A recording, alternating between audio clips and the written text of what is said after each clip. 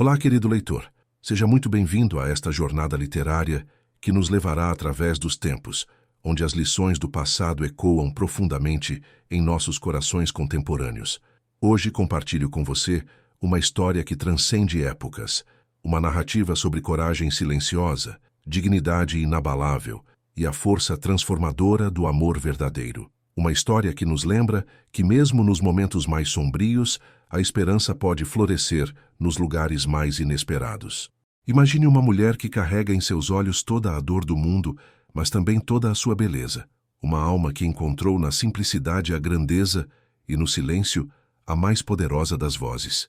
Esta é uma história sobre como o amor pode curar até mesmo as feridas mais profundas da alma humana, ambientada no México de 1878, quando a honra valia mais que o ouro e o coração era o único tesouro verdadeiro. Antes de começarmos esta jornada juntos, me conte, de onde você está nos acompanhando neste momento? Deixe nos comentários a sua cidade.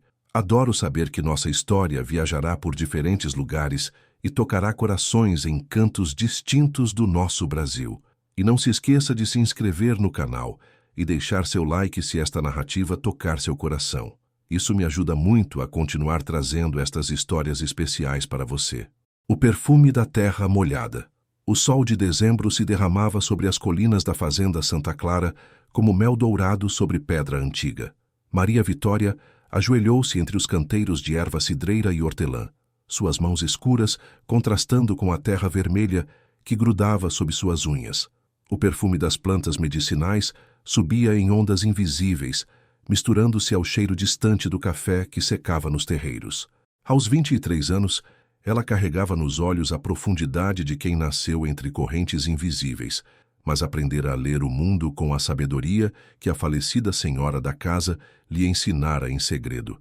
As letras dançavam em sua mente como pequenos milagres, cada palavra uma porta entreaberta para mundos que a escravidão tentava manter fechados. O coronel Francisco Benedito Moreira observava da varanda da Casa Grande, um homem de 42 anos, cujos cabelos começavam a embranquecer nas têmporas. Viúvo há 4 longos anos, ele carregava nas costas o peso de uma fazenda próspera e de um segredo que o corroía por dentro como ferrugem em ferro velho. Quando Maria Vitória se levantou, sacudindo a terra das saias remendadas, seus movimentos tinham a graça de quem conversa com a natureza em língua própria. Ela não sabia que naquele exato momento, observada pelos olhos melancólicos do coronel, seu destino começava a ser reescrito pelas mãos invisíveis do tempo. Um grito estridente cortou o ar da tarde. No açude próximo à senzala, uma criança escrava havia escorregado das pedras escorregadias e se debatia na água turva. Sem hesitar, Maria Vitória largou o cesto de ervas e correu. Seus pés descalços conheciam cada irregularidade do terreno, cada pedra solta no caminho. Mergulhou vestida mesmo, suas saias se tornando pesadas como ferro. Suas mãos encontraram o pequeno corpo da criança e, com força que não sabia possuir, trouxe-o de volta à margem. O menino tossiu água barrenta enquanto ela o embalava, murmurando palavras doces que sua mãe Joana lhe ensinara antes de partir para o mundo dos ancestrais. Francisco Benedito desceu os degraus da varanda lentamente, como se cada passo fosse uma decisão. Observou a cena com uma intensidade que fez Maria Vitória erguer os olhos. Por um instante que pareceu eterno, os olhares se encontraram através da distância social que os separava. Ele, o senhor das terras; ela, propriedade registrada em seus livros de contabilidade. Naquele momento, uma ideia começou a germinar na mente do coronel, perigosa e revolucionária como semente lançada em solo proibido. A tempestade e a proposta. A noite caiu sobre a fazenda com o peso de nuvens carregadas de chuva. Maria Vitória recolhia as últimas ervas do dia quando as primeiras gotas começaram a tamboralar nas folhas largas da bananeira. O vento trazia consigo o cheiro de terra sedenta, prestes a ser saciada. No escritório da Casa Grande, Francisco Benedito caminhava de um lado ao outro como animal enjaulado. As paredes forradas de livros de contabilidade e mapas antigos pareciam se fechar sobre ele. Sobre a mesa de jacarandá, uma carta do médico de Ouro Preto jazia aberta, suas palavras ecoando em sua mente como sentença definitiva. Lamento informar que os exames confirmam a impossibilidade de gerar descendência. Os trovões começaram a roncar sobre as montanhas. Francisco pensou nos cunhados distantes que rondavam como abutres, esperando qualquer sinal de fraqueza para reivindicar pedaços de suas terras. Pensou na linhagem dos Moreira, que se extinguiria com ele se não encontrasse uma solução para o dilema que o atormentava. Maria Vitória corria pela chuva, que agora despencava em cortinas espessas. Suas tranças balançavam ao vento enquanto ela buscava abrigo no alpendre da senzala. A luz amarelada das lamparinas vazava pelas frestas das janelas, criando pequenas poças douradas no chão encharcado. Foi então que ouviu a voz grave do coronel cortando o barulho da tempestade. Maria Vitória. Ela se virou, gotas de chuva escorrendo por seu rosto como lágrimas cristalinas. Francisco Benedito estava parado na entrada do alpendre, a camisa branca grudada ao peito pela chuva, os cabelos despenteados pelo vento. Nos olhos dele, ela viu algo que nunca havia visto antes. Vulnerabilidade misturada com determinação. Senhor Coronel, sua voz saiu como um sussurro. Preciso conversar contigo. No escritório. Agora. Ela o seguiu pela chuva, seus pés descalços deixando marcas molhadas no assoalho encerado da casa grande. O escritório cheirava a couro velho e café frio. Francisco fechou a porta e se virou para encará-la, as mãos trêmulas apoiadas no espaldar da cadeira. Maria Vitória, ele começou a voz rouca.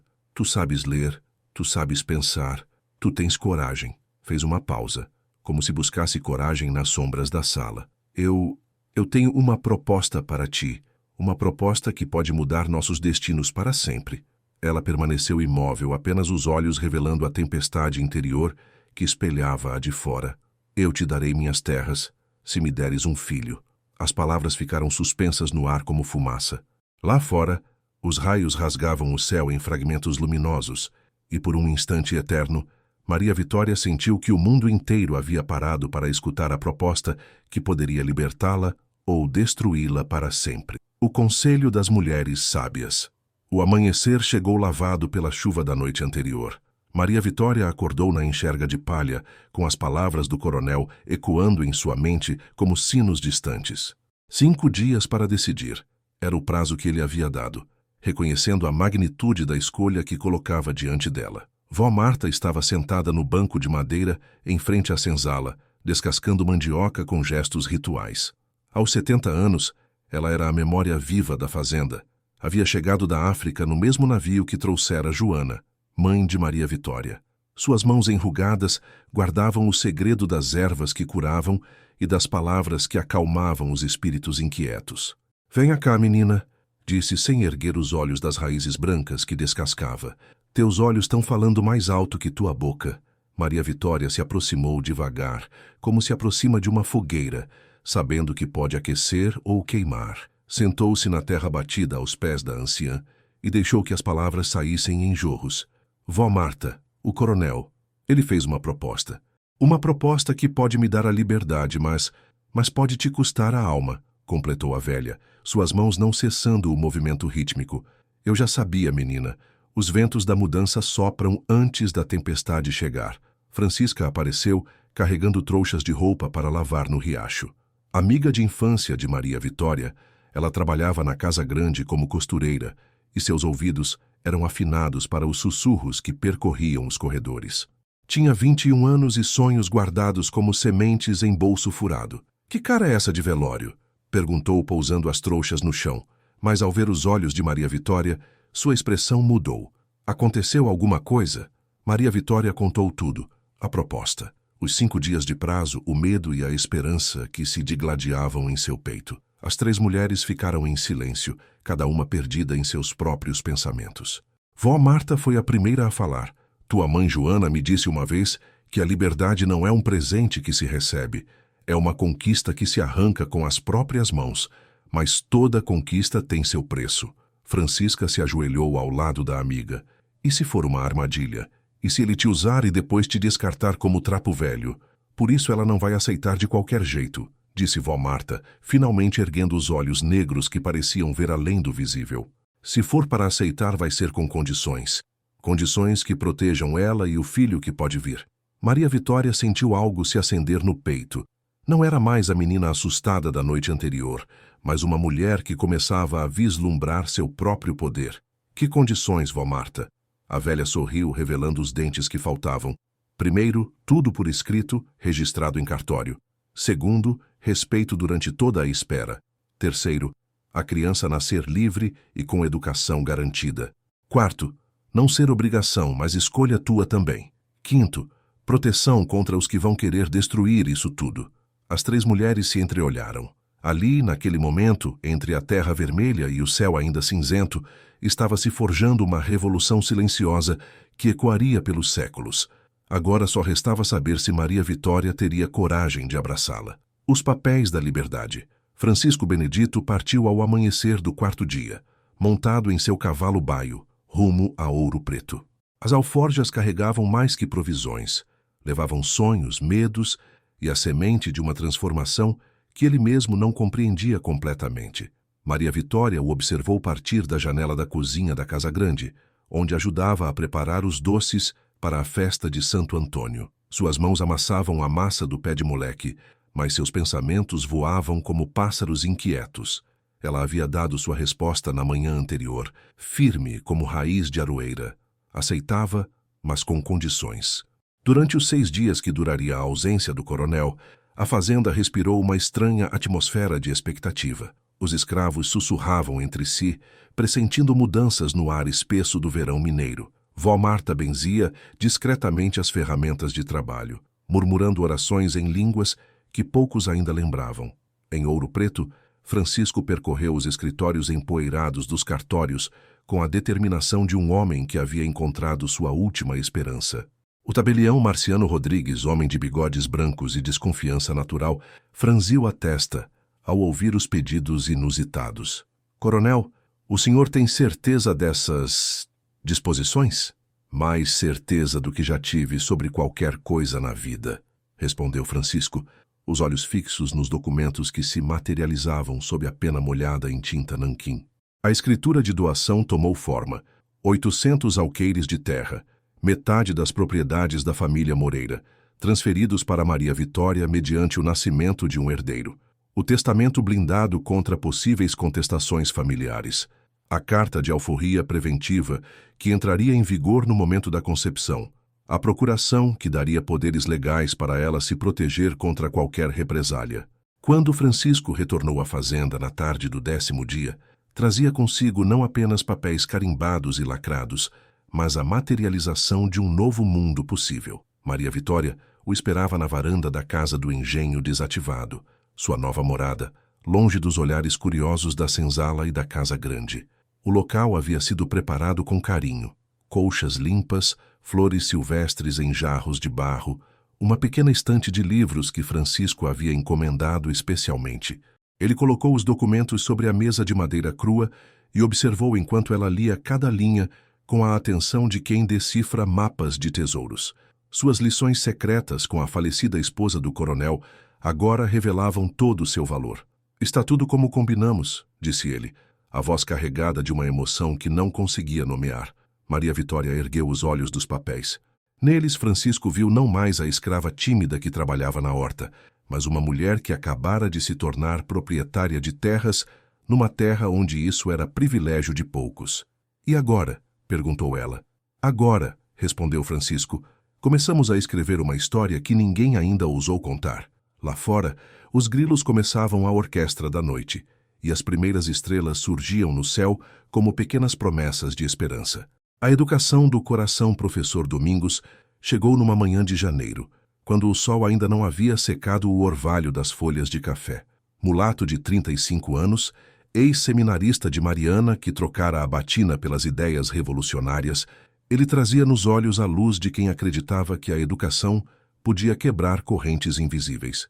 Maria Vitória o recebeu na sala da casa do engenho, vestindo um dos vestidos simples mas dignos que Francisco havia mandado costurar para ela. Suas mãos não tremeram quando estendeu a mão para cumprimentar o professor.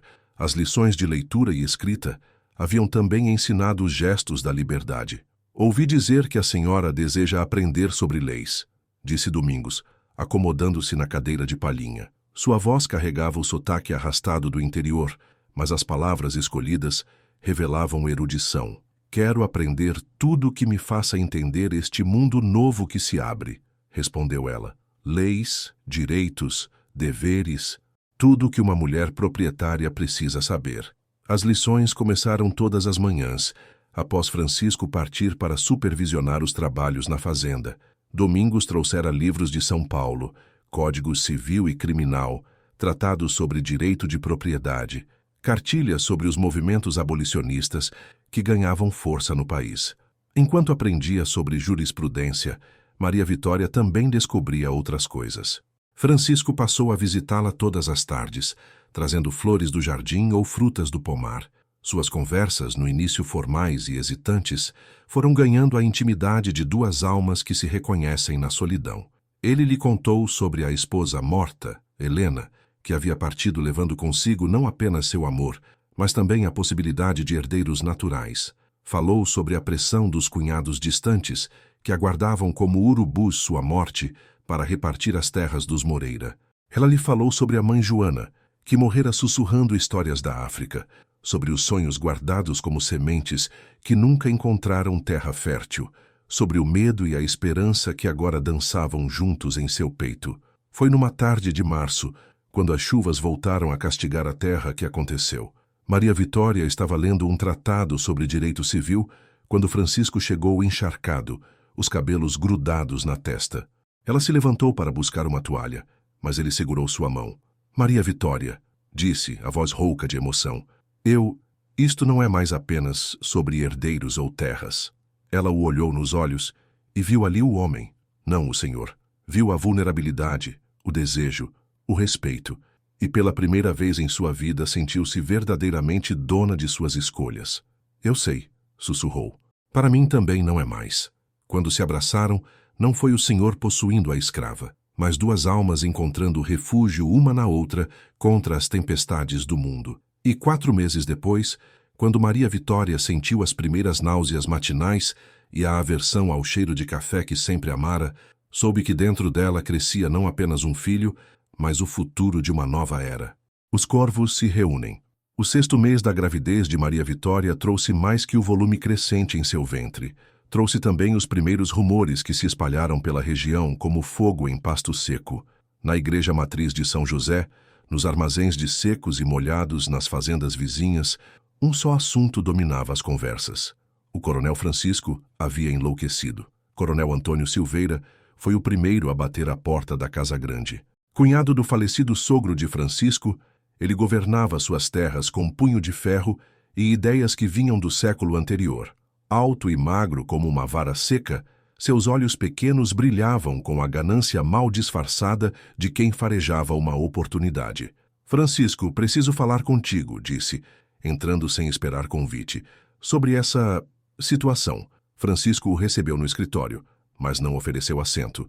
Permaneceu de pé atrás da mesa de jacarandá, as mãos apoiadas sobre os documentos, que oficializavam sua revolução particular. Que situação, Antônio? Não se faça de desentendido. A negra, a gravidez, os papéis que andaste assinando. Silveira cuspiu as palavras como quem expele veneno. Isto é desonra para a família inteira. Minha vida privada não diz respeito a ninguém além de mim. Tua vida privada? Silveira riu com escárnio. Quando envolve dar terras de família para escrava, deixa de ser privada. Quando envolve deitar com propriedade alheia, propriedade. A voz de Francisco cortou o ar como lâmina. Maria Vitória é livre. Os papéis estão registrados em cartório.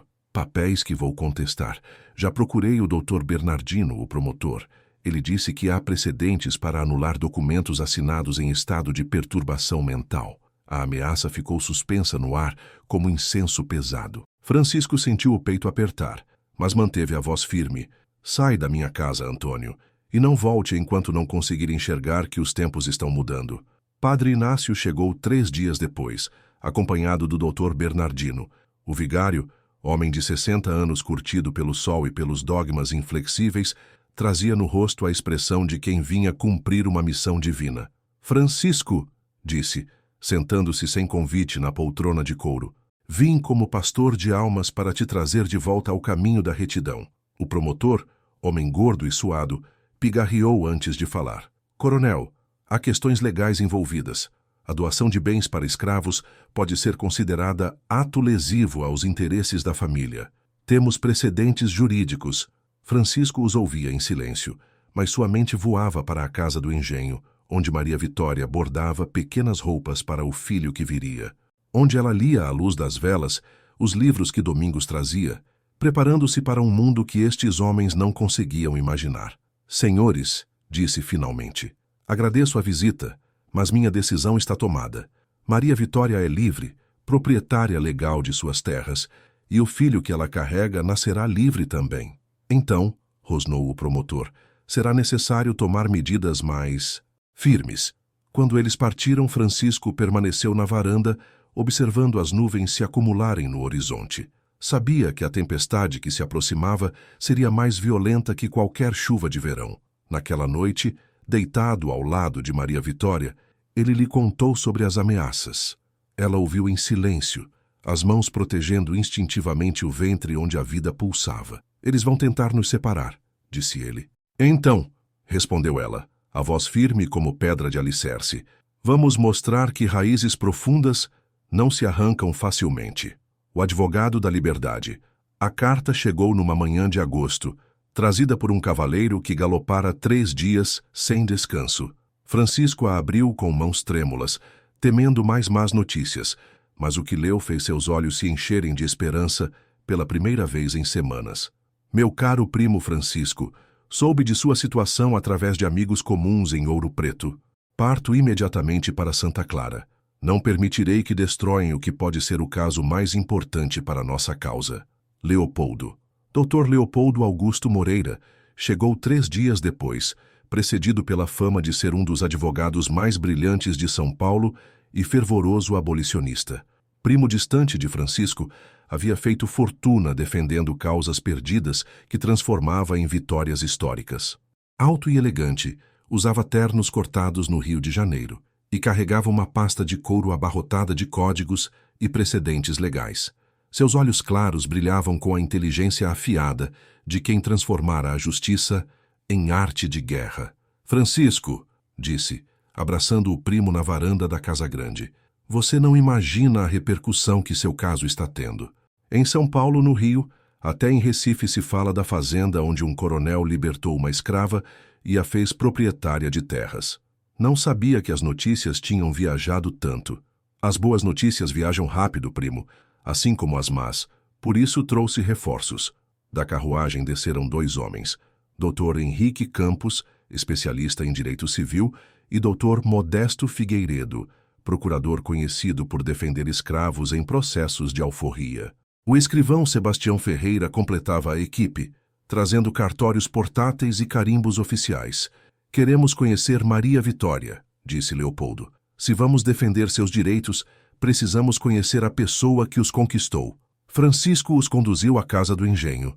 Maria Vitória os recebeu com a dignidade de uma senhora, vestindo o melhor vestido que possuía, o ventre de 8 meses moldando graciosamente o tecido azul. Seus olhos revelaram surpresa ao ser tratada como Senhora Moreira pelos advogados. Dona Maria Vitória, disse Leopoldo, retirando o chapéu em sinal de respeito. Vim de São Paulo especialmente para conhecê-la. Seu caso pode mudar a história deste país. Ela os convidou a sentar, serviu café em xícaras de porcelana que Francisco havia comprado em Ouro Preto e falou sobre seus sonhos e medos com a eloquência de quem aprendera que a liberdade também se conquista com palavras. Não queremos apenas proteger seus direitos, explicou o Dr. Henrique. Queremos usar seu caso para pressionar mudanças na legislação provincial. Cada vitória aqui abre precedente para centenas de outros casos. E se perdemos? Perguntou ela, as mãos sobre o ventre. Não vamos perder, respondeu Leopoldo. Tenho 30 anos de experiência e nunca vi documentos tão bem elaborados. Francisco fez tudo certo. A alforria preventiva, a escritura de doação, o testamento blindado. Eles podem contestar, mas não podem anular. Maria Vitória olhou para Francisco, que permanecia de pé próximo à janela. Naquele momento, ela compreendeu que ele não havia apenas lhe dado liberdade e terras. Havia lhe dado as armas para lutar por outros que ainda permaneciam acorrentados. Então, disse ela a voz firme, vamos à luta. Lá fora, as cigarras começavam o coro vespertino e o vento trazia o cheiro das chuvas que se aproximavam. Mas pela primeira vez em meses, não pareciam nuvens de tempestade, mas de renovação. A batalha na capela. O confronto aconteceu num domingo de setembro, após a missa na capela da fazenda. O padre Inácio havia pregado sobre a ordem natural das coisas, olhando diretamente para Maria Vitória, que ocupava um banco nas primeiras fileiras, ao lado de Francisco. Seu ventre de 9 meses era uma declaração silenciosa que desafiava cada palavra do sermão. Coronel Antônio Silveira chegou acompanhado de 12 homens, fazendeiros da região, comerciantes influentes e capangas disfarçados de trabalhadores. Esperaram que a missa terminasse para cercar Francisco e Maria Vitória na saída da capela. "Francisco", disse Silveira, a voz carregada de falsa cordialidade, "chegou a hora de acabar com esta farsa. Trouxe testemunhas e documentos que provam tua incapacidade mental para gerir os bens da família." "Doutor." Bernardino se adiantou, desenrolando um pergaminho lacrado. "Por determinação do juízo da comarca, declaro nulos todos os documentos assinados pelo coronel Francisco Benedito Moreira em estado de perturbação mental, incluindo cartas de alforria e escrituras de doação fraudulentas." Maria Vitória sentiu as pernas fraquejarem.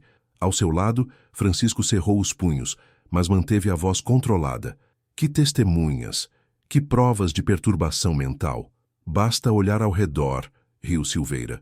"Um homem são não mistura o sangue da família com sangue escravo." Foi então que Dr. Leopoldo emergiu da multidão de curiosos, seguido por sua equipe jurídica. Trazia nas mãos uma pasta de couro abarrotada de documentos oficiais. "Interessante", disse, sua voz ecoando na praça, "porque eu tenho aqui a contestação oficial desse mandado, assinada pelo desembargador de Ouro Preto, declarando que todos os documentos do coronel Francisco são válidos e legítimos." O silêncio que se seguiu foi quebrado apenas pelo mugir distante do gado nos pastos. Maria Vitória sentiu uma força crescer dentro de si, não apenas o peso da criança que estava para nascer, mas o poder das letras que aprendera a decifrar. Caminhou devagar até o centro do grupo, retirou do bolso do vestido um envelope lacrado e o ergueu para todos verem. "Meu nome é Maria Vitória Moreira", disse, a voz clara cortando o ar da manhã. "Sou mulher livre por direito conquistado. Sou proprietária de 800 alqueires de terra por escritura legal. E o filho que carrego nascerá livre como o vento que sopra nestas montanhas." Começou a ler a carta de alforria, cada palavra uma pedra lançada contra o edifício da escravidão. Sua voz não tremeu quando leu os termos da escritura de doação. Não vacilou quando proclamou os direitos que Francisco havia lhe concedido. Foi então que vó Marta apareceu, vinda não se sabe de onde, apoiada numa bengala de pau-ferro. Atrás dela, outros escravos da fazenda e das vizinhanças. Ela se plantou ao lado de Maria Vitória e ergueu a voz numa língua que poucos entendiam, mas todos sentiam. "Esta menina é abençoada pelos ancestrais", traduziu depois para português. "E quem toca nos abençoados desperta a fúria dos que já partiram."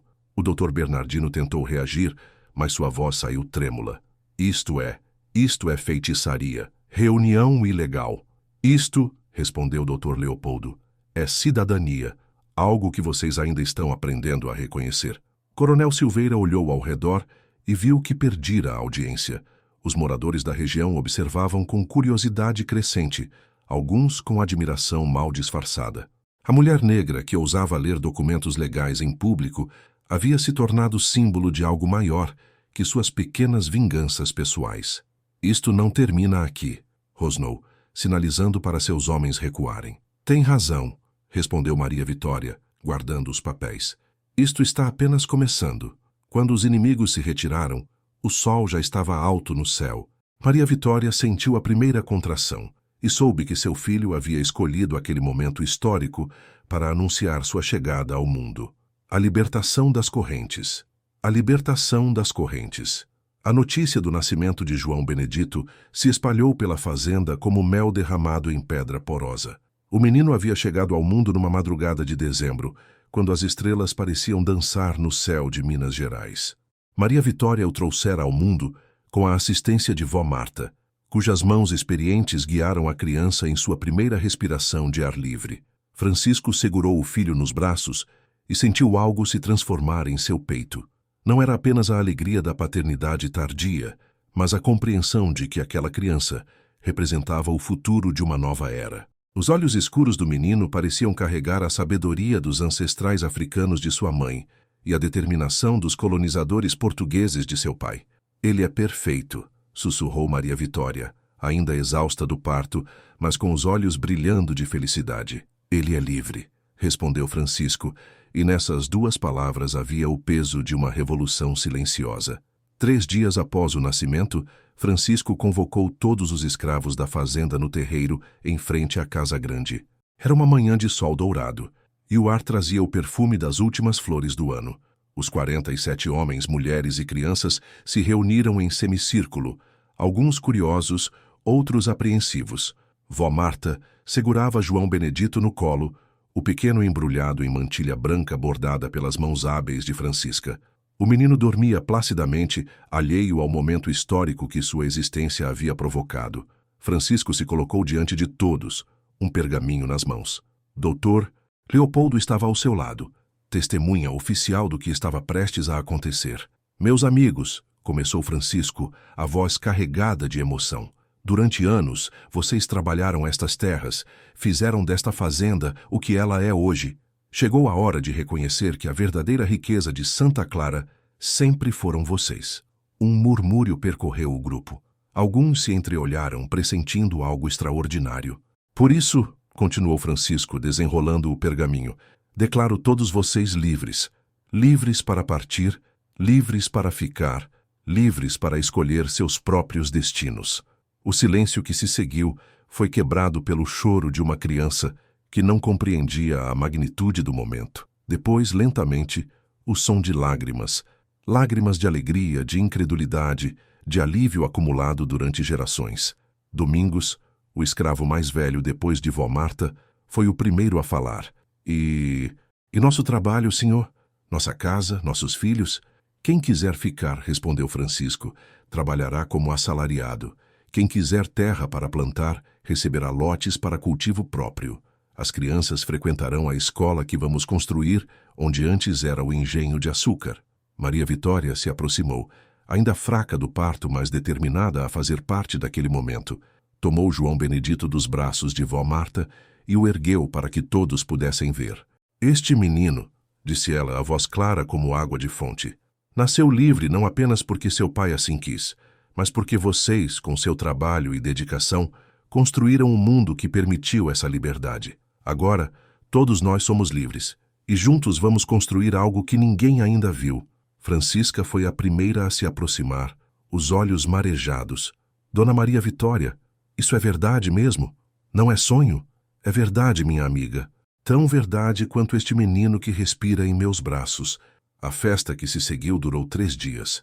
Os novos homens livres de Santa Clara celebraram não apenas sua libertação, mas o nascimento de uma comunidade baseada no respeito e na dignidade. Alguns optaram por partir, buscando parentes em outras fazendas ou nas cidades. Mas a maioria escolheu ficar, atraída pela promessa de um futuro que eles mesmos ajudariam a construir. Doutor, Leopoldo registrou tudo em cartório, garantindo que a libertação fosse legal e irreversível. E quando partiu de volta para São Paulo, levava consigo a certeza de que havia testemunhado o nascimento de algo revolucionário. Este caso, disse ele a Francisco na despedida, será citado em livros de direito por gerações. Vocês não apenas libertaram escravos, criaram um modelo de sociedade baseada na igualdade. Naquela noite, Maria Vitória amamentou João Benedito na varanda da casa do engenho, observando as luzes que brilhavam nas casinhas dos trabalhadores livres. Francisco sentou-se ao seu lado, os dedos entrelaçados aos dela. "O que fizemos, Francisco?" perguntou ela, a voz cheia de admiração por tudo que haviam conseguido. "Provamos", respondeu ele, "que o amor verdadeiro é a força mais revolucionária que existe." O Novo Mundo.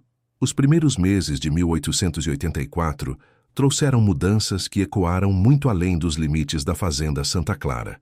A notícia da libertação geral realizada por Francisco Benedito chegou aos jornais do Rio de Janeiro e São Paulo, transformando-se em símbolo do movimento abolicionista que ganhava força em todo o país. Maria Vitória, agora oficialmente Dona Maria Vitória Moreira, Havia se tornado a primeira mulher negra proprietária de terras registrada legalmente em Minas Gerais. Sua casa do engenho transformara-se no coração administrativo de uma experiência social única, meio fazenda, meio comunidade cooperativa. João Benedito crescia robusto e saudável, embalado pelas cantigas que vó Marta entoava em línguas africanas e pelas histórias que Francisco lhe contava sobre a família Moreira. O menino era livre por nascimento, mas também herdeiro de duas culturas que se entrelaçavam em seus olhos curiosos. A escola rural funcionava onde antes era o engenho de açúcar. Professor Domingos havia aceito permanecer como diretor, e 3 jovens professoras vieram de Ouro Preto para ensinar as primeiras letras às crianças da comunidade. Era um espetáculo comovente ver meninos e meninas que nasceram escravos debruçados sobre cadernos, descobrindo o poder transformador da educação. Francisca havia se tornado a costureira oficial da fazenda, produzindo não apenas roupas para os moradores, mas também enxovais que eram vendidos na cidade. Seus bordados delicados ganharam fama na região, e ela economizava cada vintém, sonhando com o dia em que poderia abrir sua própria oficina. A produção de café continuava, mas agora os trabalhadores recebiam salários justos e participavam dos lucros da colheita. A qualidade dos grãos melhorou. Homens livres cuidavam das plantas com carinho diferente do trabalho forçado. Os compradores de Santos comentavam sobre o Café da Liberdade que chegava de Minas Gerais. Em maio daquele ano, chegou uma carta que fez Francisco sorrir pela primeira vez em meses.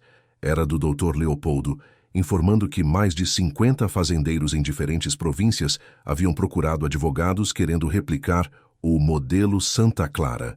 Alguns por convicção abolicionista, outros por pragmatismo econômico, mas todos interessados em transformar o trabalho escravo em trabalho livre. Você se tornou famosa, Maria Vitória, disse Francisco, mostrando-lhe a carta. Estão te chamando de a negra que venceu a escravidão. Ela riu, ajeitando João Benedito no colo. Eu não venci nada sozinha. Nós vencemos. Juntos.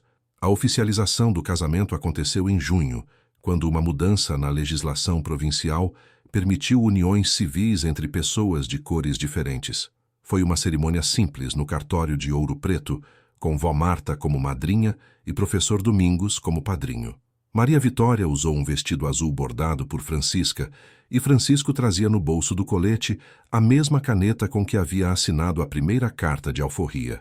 Quando o escrivão perguntou pelo nome da noiva, ela respondeu com orgulho: Maria Vitória Moreira, proprietária rural e cidadã brasileira.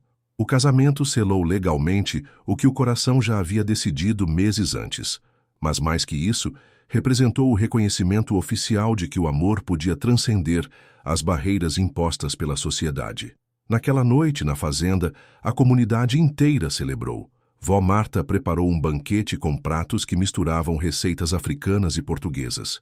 Os músicos da região tocaram modinhas e batuques até o amanhecer. João Benedito dormiu embalado pela música da festa, crescendo num mundo onde a diversidade era celebração, não motivo de separação. Quando os últimos convidados partiram e a fazenda voltou ao silêncio da madrugada, Maria Vitória e Francisco caminharam até a varanda da casa.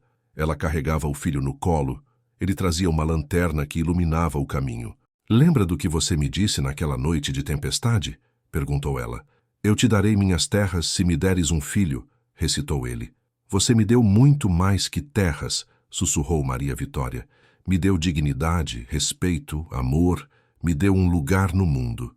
E você me deu muito mais que um filho. Me deu uma razão para transformar este mundo. Eles se abraçaram ali, na varanda que testemunhara o nascimento de sua história, enquanto as estrelas brilhavam sobre a fazenda Santa Clara, agora não mais um latifúndio escravista, mas um laboratório de esperança, onde o futuro do Brasil estava sendo escrito com tinta de liberdade. Os frutos da semente. O ano de 1885 chegou trazendo notícias que fizeram o coração de Maria Vitória acelerar. A lei dos sexagenários havia sido aprovada, libertando escravos com mais de 60 anos. Era um passo tímido, mas um passo na direção que ela e Francisco haviam indicado 2 anos antes. João Benedito agora engatinhava pela casa, explorando cada canto com a curiosidade insaciável de uma criança livre. Suas primeiras palavras haviam sido mamãe e papai, pronunciadas com a mesma naturalidade, sem distinção de cor ou origem. Era a prova viva de que o preconceito se aprende, não se nasce com ele. A Fazenda Santa Clara havia se tornado destino obrigatório para jornalistas, políticos e intelectuais interessados em conhecer a experiência de trabalho livre que ali prosperava. Joaquim Nabuco esteve lá em março, conversando longamente com Maria Vitória sobre suas experiências como mulher negra proprietária de terras.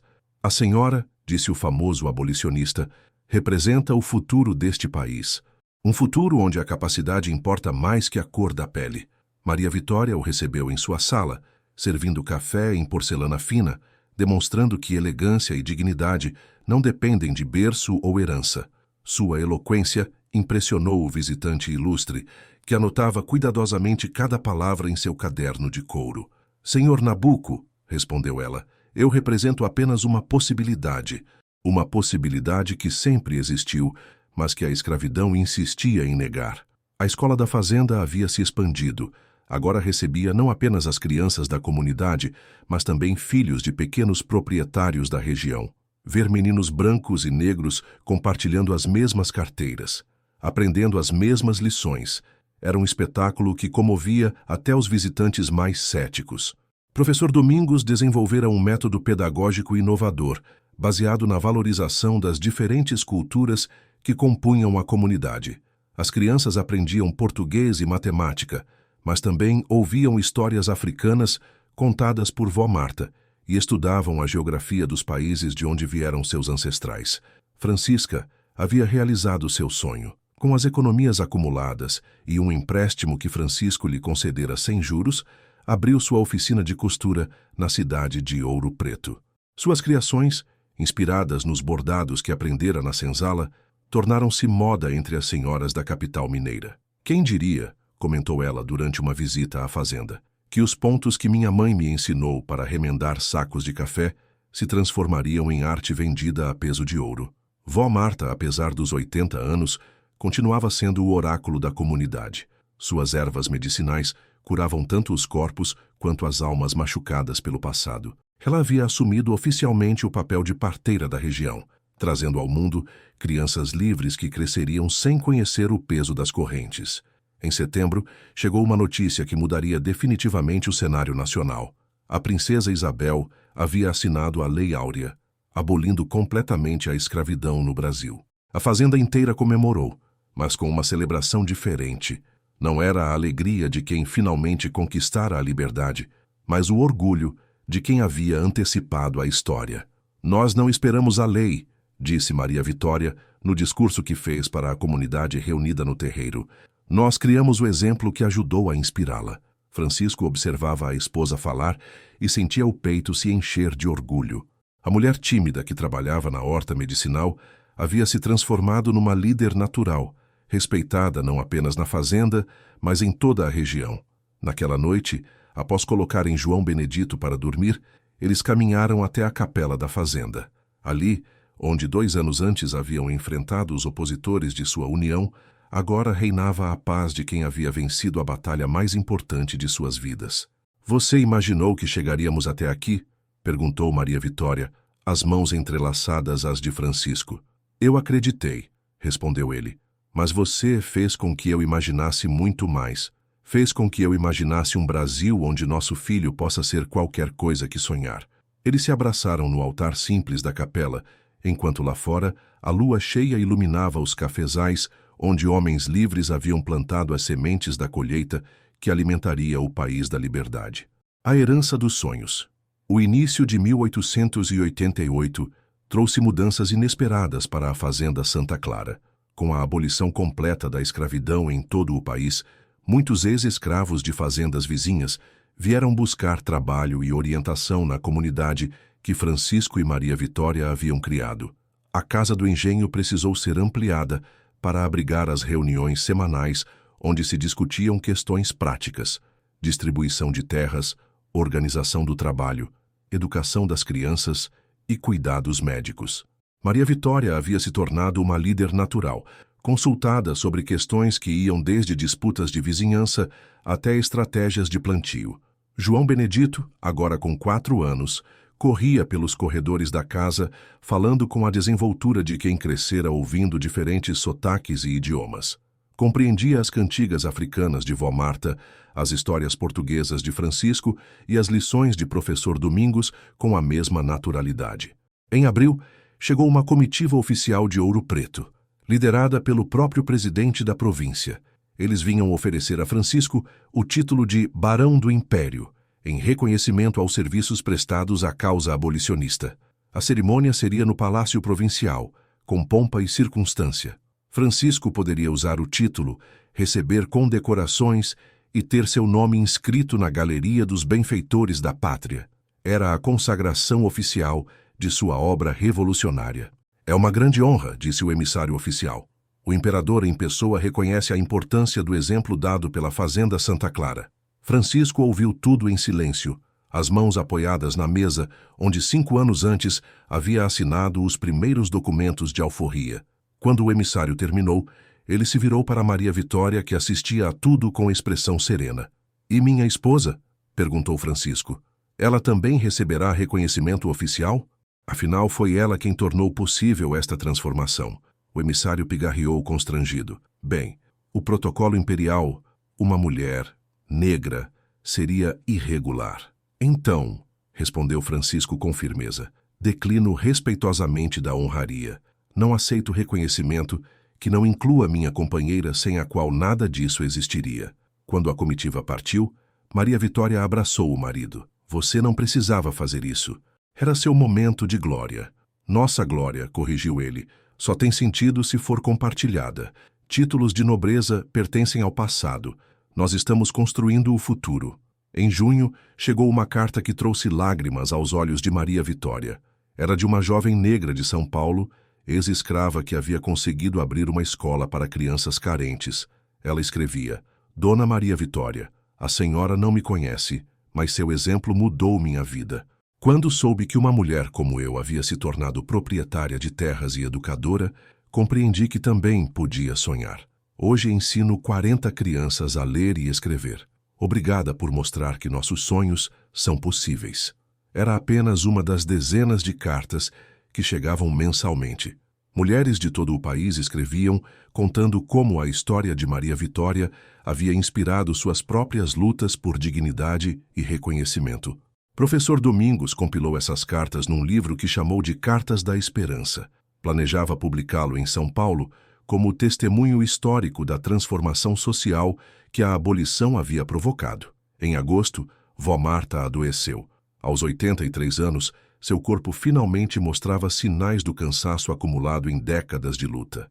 Maria Vitória não saiu de seu lado, cuidando da mulher que havia sido mãe, avó e conselheira. "Minha menina", sussurrou Vó Marta numa tarde de sol dourado, "eu vou partir em paz. Vi coisas que minha mãe africana nem ousou sonhar. Vi você livre, proprietária, respeitada. Vi seu filho crescer sem correntes. Não fale assim, Vó Marta. Você ainda vai ver muitas outras transformações. Já vi o suficiente. Agora é com vocês e com os filhos de vocês." Ela apertou a mão de Maria Vitória com força surpreendente. "Prometa que vai continuar plantando sementes de liberdade." "Prometo", respondeu Maria Vitória, as lágrimas escorrendo silenciosamente. Vó Marta fechou os olhos sorrindo. Partiu naquela mesma noite, serena como quem cumpriu sua missão na terra. Foi enterrada na colina atrás da capela, num funeral que reuniu centenas de pessoas, escravos libertos, fazendeiros progressistas, intelectuais e políticos que vieram prestar homenagem à mulher que representava a sabedoria ancestral. Naquela noite, Maria Vitória se sentou na varanda segurando João Benedito no colo. O menino havia perguntado por que todos estavam tristes, e ela explicou que Vó Marta havia partido para se encontrar com os ancestrais. "Ela vai voltar?" perguntou o menino. "De certa forma, sim", respondeu Maria Vitória.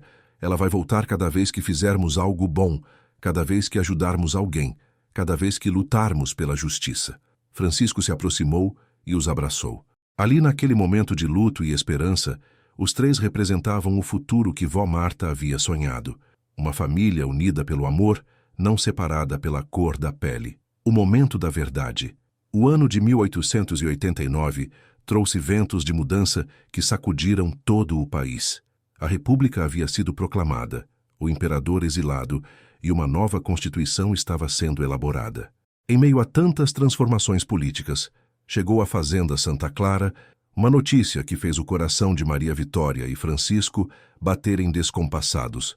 O novo governo republicano, pressionado por grupos conservadores, cogitava rever todas as doações de terras feitas a ex-escravos durante o período imperial. A alegação era de que muitas haviam sido realizadas irregularmente, sem considerar os interesses nacionais. Doutor Leopoldo chegou de São Paulo numa carruagem coberta de poeira, trazendo uma pasta cheia de documentos e o rosto marcado pela preocupação. Agora, senador da República, ele havia usado toda a sua influência política para obter informações privilegiadas sobre as intenções do novo governo. Francisco Maria Vitória, disse ele, entrando diretamente no assunto.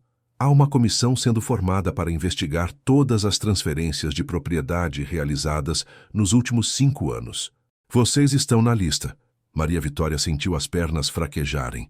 João Benedito, agora com 5 anos, brincava no chão com soldadinhos de madeira, alheio à tempestade que se formava sobre suas cabeças. Mas nossos documentos são impecáveis, protestou Francisco, registrados em cartório com todas as formalidades legais. Documentos podem ser questionados quando há vontade política para isso, respondeu Leopoldo. E há muitos interessados em transformar vocês em exemplo do que não pode ser aceito na nova República. A audiência foi marcada para o dia 15 de novembro, exatamente 1 ano após a proclamação da República. Seria realizada no Tribunal de Justiça de Ouro Preto, com 3 desembargadores, decidindo sobre a validade dos documentos que mudaram a vida de Maria Vitória e centenas de outras pessoas. Coronel Antônio Silveira havia ressurgido como principal acusador, agora apoiado por políticos republicanos que viam na causa abolicionista um resquício monarquista a ser extirpado. Ele contratou advogados do Rio de Janeiro e mobilizou testemunhas dispostas a jurar que Francisco sempre demonstrara sinais de desequilíbrio mental. Eles querem usar nosso caso para desencorajar outros, explicou o Dr. Leopoldo. Se conseguirem anular nossa vitória, nenhum ex-escravo se sentirá seguro de seus direitos. As semanas que antecederam o julgamento foram de intensa preparação.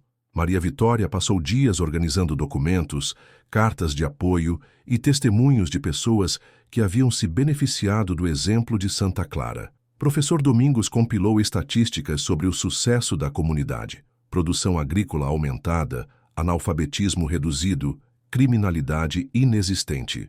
Na véspera do julgamento, chegou uma surpresa que ninguém esperava. Uma delegação de ex-escravos de todo o país havia viajado para Ouro Preto, determinada a testemunhar em favor de Maria Vitória e Francisco. Eram homens e mulheres que haviam conquistado sua liberdade inspirados no exemplo de Santa Clara. Dona Maria Vitória, disse o líder da delegação, um homem alto e digno que fora escravo numa fazenda de café em São Paulo, a senhora não luta sozinha. Somos milhares que devemos nossa liberdade ao caminho que a senhora abriu. Na manhã do julgamento, uma multidão se reuniu nas escadarias do tribunal. De um lado, fazendeiros conservadores e políticos republicanos que viam na causa uma oportunidade de firmar posição. Do outro, ex-escravos, intelectuais progressistas e cidadãos comuns que haviam se inspirado na história de amor e coragem que Francisco e Maria Vitória representavam. Quando Maria Vitória subiu as escadas do tribunal, vestindo seu melhor vestido azul e carregando João Benedito pela mão, um silêncio respeitoso tomou conta da multidão. Ela não era mais a escrava tímida que trabalhava na horta medicinal. Era uma mulher proprietária, educada, mãe de família. Era a prova viva de que a liberdade verdadeira transforma não apenas destinos individuais, mas sociedades inteiras. No momento em que entrou no salão do tribunal, ela olhou para Francisco e viu nos olhos dele a mesma determinação daquela noite de tempestade, 6 anos antes, quando tudo havia começado. Fosse qual fosse o resultado, eles haviam construído algo maior que suas vidas individuais. Haviam plantado sementes de esperança que já brotavam em solo brasileiro. Estão prontos? Perguntou o Dr. Leopoldo. Estamos, respondeu Maria Vitória, a voz firme como rocha de montanha. Estamos prontos para defender não apenas nossos direitos, mas o direito de todos os brasileiros de sonharem com dignidade. E assim começou o julgamento que decidiria não apenas o destino de uma família, mas o futuro da igualdade no Brasil republicano. O triunfo da esperança. O salão do Tribunal de Justiça de Ouro Preto nunca havia visto audiência semelhante. 3 desembargadores ocupavam a mesa principal, suas togas pretas contrastando com a madeira clara do mobiliário colonial. À direita, sentavam-se Coronel Silveira e sua equipe de advogados cariocas. À esquerda, Dr. Leopoldo ao lado de Francisco e Maria Vitória. João Benedito estava sentado entre os pais, seus 5 anos de idade, tornando-o o mais sereno de todos os presentes. Nas galerias, uma multidão silenciosa aguardava o desenrolar do drama que definiria o futuro de milhares de brasileiros. O desembargador-presidente, Dr. Augusto Faria Lima, homem de 60 anos com experiência em casos complexos, deu início aos trabalhos. Estamos aqui para julgar a validade dos documentos que transferiram propriedades do coronel Francisco Benedito Moreira para a cidadã Maria Vitória Moreira, bem como a legitimidade da alforria concedida. Coronel Silveira foi o primeiro a falar. Durante 2 horas, ele e seus advogados apresentaram argumentos sobre a incapacidade mental de Francisco, a irregularidade das doações e os prejuízos à ordem social causados pelo caso. Senhores desembargadores, declarou o advogado principal da acusação, estamos diante de um precedente perigoso. Se permitirmos que sentimentos momentâneos prevaleçam sobre a razão, onde isso nos levará? Quantos outros tentarão usar paixões passageiras para subverter a ordem natural das coisas? Quando chegou a vez da defesa, Dr. Leopoldo se levantou com a calma de quem havia enfrentado batalhas jurídicas em todo o país. Colocou sobre a mesa uma pilha de documentos e começou a falar. Senhores desembargadores, não estamos aqui para defender sentimentos, mas direitos. Direitos garantidos por lei, documentados em cartório, exercidos com responsabilidade e dignidade. Ele apresentou as certidões de registro, os testemunhos de idoneidade de Francisco, os relatórios sobre o sucesso da comunidade de Santa Clara. Mas o momento decisivo chegou quando chamou Maria Vitória para depor. Ela se levantou devagar, ajeitou o vestido azul e caminhou até o centro do salão. Seus passos ecoaram no silêncio absoluto que tomou conta do ambiente. Quando começou a falar, sua voz clara cortou o ar como lâmina de justiça. Senhores desembargadores, meu nome é Maria Vitória Moreira. Nasci escrava nesta província, mas hoje sou proprietária de terras, mãe de família e cidadã brasileira. Não estou aqui para pedir complacência, mas para defender direitos conquistados com dignidade. Ela contou sua história, a educação secreta, a proposta de Francisco, as condições que havia exigido, o nascimento de João Benedito, a transformação da fazenda numa comunidade próspera. Não recebi essas terras como esmola ou capricho, continuou. Recebi como pagamento por um serviço prestado, dar continuidade a uma família e a um projeto de vida baseado no respeito e na justiça. Se isso é crime, então a República nasceu criminosa, porque se baseia nos mesmos princípios de igualdade que praticamos em Santa Clara. O silêncio que se seguiu foi quebrado por um murmúrio de aprovação das galerias. O desembargador-presidente bateu o martelo pedindo ordem. Foi então que aconteceu algo inesperado. João Benedito se levantou da cadeira e caminhou até onde estava a mãe. Com a simplicidade que só as crianças possuem, ele segurou a mão de Maria Vitória e olhou diretamente para os juízes. Meu nome é João Benedito Moreira, disse com voz cristalina. Meu papai é branco, minha mamãe é negra e eu sou brasileiro. Se isso é errado, então o Brasil é que está errado. O impacto daquelas palavras foi imenso. Nas galerias, muitos. Eu te darei minhas terras, se me deres um filho. Final. O impacto daquelas palavras foi imenso. Nas galerias, muitos começaram a chorar. Os próprios desembargadores se entreolharam, tocados pela simplicidade profunda da declaração da criança. Dr. Augusto Faria Lima pediu um recesso de 2 horas para a deliberação. Durante esse tempo, a multidão permaneceu nas escadarias do tribunal, como se pressentisse que algo histórico estava sendo decidido ali. Maria Vitória abraçou João Benedito, sussurrando palavras de carinho em seu ouvido. Francisco segurou a mão da esposa, sentindo nela o tremor da emoção contida. Dr. Leopoldo caminhava de um lado ao outro, revisando mentalmente cada argumento apresentado. Quando os desembargadores retornaram, o silêncio no salão era absoluto. Doutor Faria Lima se levantou, um papel nas mãos, e começou a ler o veredicto. Após análise minuciosa dos documentos apresentados e dos depoimentos prestados, este tribunal decide, por unanimidade, que todos os atos praticados pelo coronel Francisco Benedito Moreira encontram-se em perfeita conformidade com a legislação vigente à época de sua realização. Um suspiro coletivo percorreu o salão.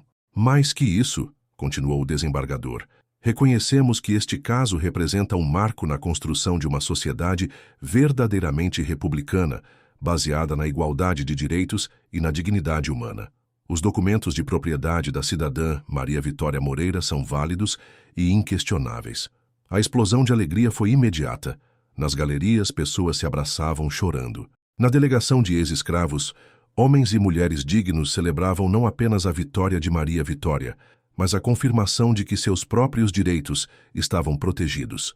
Mas o desembargador ainda não havia terminado. Este tribunal determina também que o caso Moreira seja enviado ao Congresso Nacional como exemplo de integração social bem-sucedida, servindo de modelo para futuras legislações sobre direitos civis. Maria Vitória se levantou devagar, ainda processando a magnitude da vitória. Não era apenas sua propriedade que havia sido confirmada, era o direito de todos os brasileiros de sonharem com dignidade, independentemente da cor de sua pele. Francisco a abraçou ali mesmo, no meio do tribunal diante de todos. João Benedito se pendurou nas pernas dos pais, rindo com a alegria contagiante das crianças. Dr. Leopoldo se aproximou, os olhos marejados. Vocês acabaram de fazer história. Este julgamento será lembrado como o momento em que o Brasil escolheu definitivamente a igualdade sobre o preconceito. Do lado oposto, Coronel Silveira recolhia seus papéis com o rosto sombrio da derrota. Mas quando passou por Maria Vitória, parou e a encarou. Por um momento, ela viu em seus olhos não mais o ódio, mas algo parecido com reconhecimento. A senhora venceu, disse ele simplesmente. Que Deus a proteja do que virá depois. Eram palavras enigmáticas, mas Maria Vitória compreendeu. A vitória no tribunal era apenas o começo. Agora seria preciso provar, dia após dia, que a igualdade não era apenas uma decisão judicial, mas uma realidade possível. A saída do tribunal foi triunfal. A multidão abriu caminho para a família, aplaudindo e gritando vivas. Flores eram atiradas no caminho, como se fosse uma procissão de festa religiosa. Naquela noite, na Fazenda Santa Clara, a comunidade inteira celebrou. Foi preparado um banquete com pratos que representavam todas as culturas que ali conviviam em harmonia. Professor Domingos organizou um sarau, onde as crianças recitaram poemas sobre liberdade, e os adultos contaram histórias de suas jornadas da escravidão à cidadania. Maria Vitória subiu numa cadeira no centro do terreiro e pediu silêncio. Meus amigos, hoje não vencemos apenas um julgamento. Provamos que o amor verdadeiro é mais forte que o preconceito, que a dignidade não tem cor, que a justiça é possível quando lutamos juntos por ela. Ela fez uma pausa, olhando para as faces iluminadas pela alegria. Vó Marta sempre dizia que a liberdade não é um destino, mas um caminho. Hoje demos mais um passo nesse caminho. Amanhã daremos outro. E assim, passo a passo, construiremos o Brasil com que todos sonhamos. Os aplausos ecoaram pela noite adentro, misturando-se ao som dos tambores e às vozes que cantavam canções de esperança. Anos mais tarde, quando os historiadores contariam a história da abolição no Brasil, o nome de Maria Vitória Moreira seria citado ao lado dos grandes abolicionistas da época. Mas para ela, a maior vitória não estava nos livros de história, mas na vida cotidiana de Santa Clara. João Benedito cresceu para se tornar advogado, dedicando sua carreira à defesa dos direitos civis. Francisca expandiu seus negócios, tornando-se uma das empresárias mais respeitadas de Minas Gerais. Professor Domingos fundou escolas em 3 províncias, levando educação para milhares de crianças. E a Fazenda Santa Clara continuou sendo um farol de esperança, provando que quando o amor vence o medo, quando a coragem supera o preconceito, quando a justiça prevalece sobre o interesse, é possível construir um mundo mais justo para todos. Na noite da vitória no tribunal, Maria Vitória e Francisco caminharam até a colina onde vó Marta estava enterrada. Ali, sob o céu estrelado de Minas Gerais, renovaram os votos que haviam feito 6 anos antes. Eu te darei minhas terras, se me deres um filho, sussurrou Francisco, repetindo as palavras que mudaram suas vidas. E eu te darei meu amor, se me deres um mundo onde nosso filho possa sonhar, respondeu Maria Vitória. Eles se abraçaram ali, no local sagrado, onde a sabedoria ancestral repousava em paz, sabendo que haviam cumprido a promessa feita à terra, aos ancestrais e ao futuro. Lá embaixo, na fazenda, as luzes das casas brilhavam como estrelas terrestres, cada uma representando uma família livre, uma vida digna, um sonho realizado. E no silêncio da noite mineira, era possível ouvir o sussurro do vento nas folhas do café, carregando para longe a semente de uma revolução silenciosa que mudaria para sempre a face do Brasil, porque às vezes o amor de 2 pessoas é forte o suficiente para transformar um país inteiro.